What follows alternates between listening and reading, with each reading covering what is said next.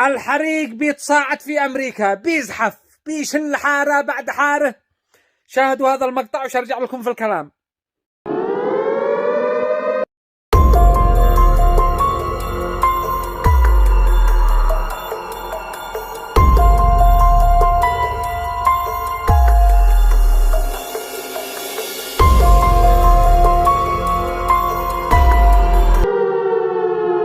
هيا شفتوا ما بيحصل في أمريكا؟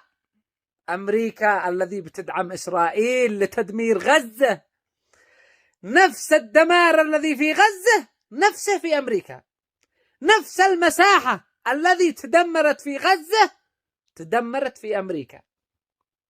والدمار الذي في غزة 1.5 سنة وإسرائيل بتقصف 1.5 سنة وهي بتستهدف غزة النازحين والبيوت والشوارع والطرقات والمدارس قلت لهم 1.5 سنة. أما الذي حصل في أمريكا يومين وحصل لكم نفس ما حصل لغزة في يومين. يعني لو يستمر الحريق 3-4 أيام انتهت أمريكا. شاهدوا الفيديوهات من القمر الصناعي من طالع. شاهدوا. شرجع لكم في الكلام.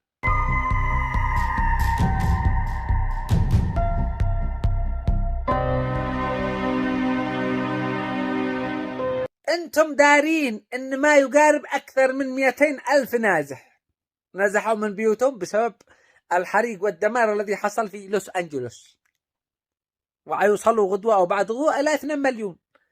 نفس عدد النازحين حق غزة 2 مليون. نفس ما حصل في غزة بيحصل الآن في أمريكا. انتم دارين ان أمريكا الى الآن خاسرة اكثر من 15 مليار دولار. هيا ما رأيكم يا أمريكا في النووي الإلهي؟ ما رأيكم؟ هل نفعتكم التكنولوجيا حقكم؟ هل نفعتكم يا أمريكا جيوشكم وسلاحكم وتطوركم؟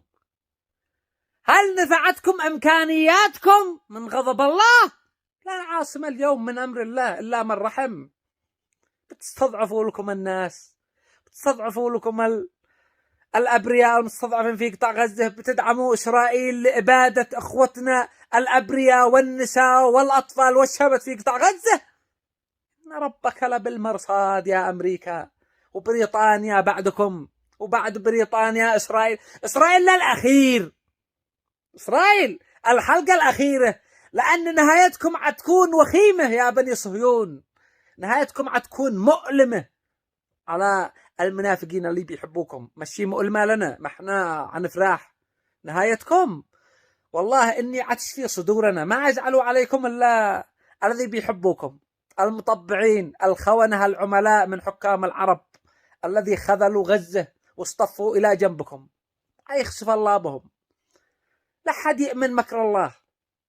وذا الكل كانوا يقولوا إن أمريكا معهم السلاح والتطورات والنووي والجنود والفلوس، وانتوا يا من بتواجهوا أمريكا ما معاكم ولا معاكم شيء. يا شفتوا كيف وقع بأمريكا؟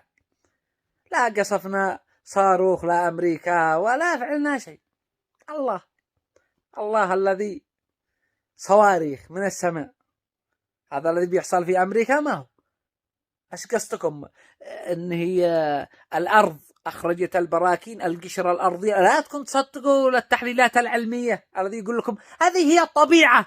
هذا هو. لا تكون تصدقوا للملحدين الذي ردوا ما بيحصل في امريكا الطبيعه. لا الطبيعه زلزال نص ساعه ويرحله، حريق 3-4 ساعات ويطفى.